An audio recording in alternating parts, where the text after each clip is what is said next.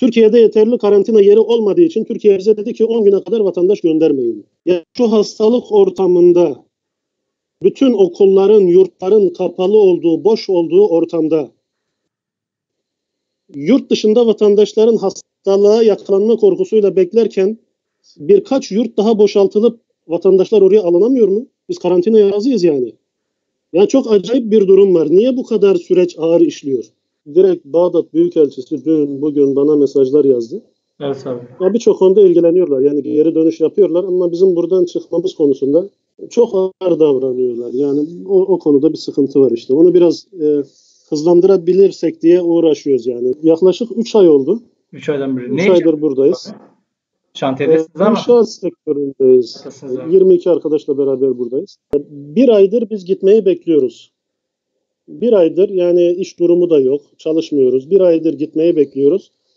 Yaklaşık 10 gün önce Nisan'ın 2'sinde biz Umut'la ne zaman bir hareket olacak diye beklerken Mevlüt Çavuşoğlu NATO toplantısından sonra bir açıklama yaptı. Açıklaması kelimesine şöyle. Cezayir'den vatandaşlarımızı getireceğiz. Evet. Ayrıyeten Irak'tan vatandaşlarımızı da getireceğiz diye. Evet. Böyle bir açıklama yaptı.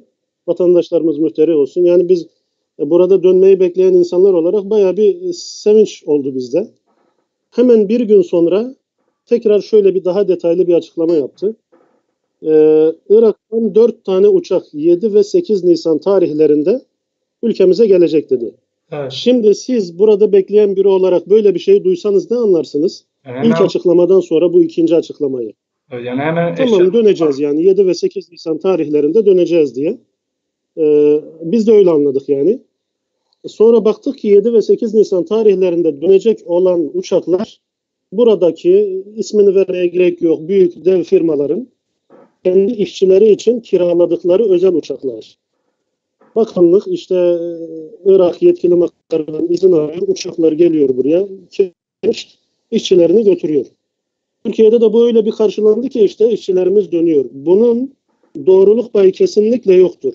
Bunların içinde sadece işte işçiler, özel büyük firmalarda çalışanlar gitti. Geriye kalanlar bizler ne olacağız diye konsolosluk Bağdat'ta Mısır'la iletişime geçtiğimizde bunu itiraf ettiler. Yani bu uçaklar şirketlerin kendi özel uçakları dediler. Emin olun ben bunu duyunca belki birçok kişi gibi yani yıkıldım. Hem ülkem adına üzüldüm. Yani orada boy gösteriliyor. Yetkililerimiz yani ülkemize vatandaşlarımızı getireceğiz deniliyor. Evet. Ama burada bir bilgi kirliliği var. Evet. Bu özel şirketlerin kendi uçakları. Peki bizim için nasıl bir şey yapılacak diye bekledik. Biz de bekledik ki bizim için de işte ayrıyeten uçaklar işte gelir. Bugün yarın götürür. Sizin için de bir çalışma yapmayı düşünüyoruz. Bağdat Konsolosluğu, buradaki Basra Konsolosluğu, Basra şehrimizde bulunan. İşte biz yaklaşık 10 gündür bunu bekliyoruz. Sizin için de bir şeyler yapılacak. Karayoluyla çıkarmaya çalışıyoruz. Ya ben şunu üzülerek söylemek istiyorum. Yani bu şirketler devletimizden çok mu daha zengin? Veya yani bu şirketlerden daha mı az değer veriyor bu hastalık ortamında devlet vatandaşına?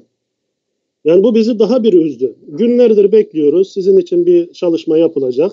Karayoluyla çıkarılacak. Yahu uçağı gönderin, kiralayın. Zaten ücretini de bizden alın yani. Bunda bir sıkıntı yok. Bu bizi üzüyor yani. Zaten Irak hükümeti sokağa çıkma yasağını defaatle böyle daha günü dolmadan uzatıyor. Biz de burada yetkililerden bir yardım bekliyoruz. Onların da böyle gevşek davranmaları, yani süreci ağır işletmeleri, tabirimi mazur görün, bizi üzüyor yani. Biz ne zaman memleketimize döneceğiz? Nasıl döneceğiz yani? Ve bir de ayrıyeten burada yaşadığımız bazı sıkıntılar oluyor. Bir aydır iş yok. İş olmadığı için burada iş yerini yönetenler burada yoklar.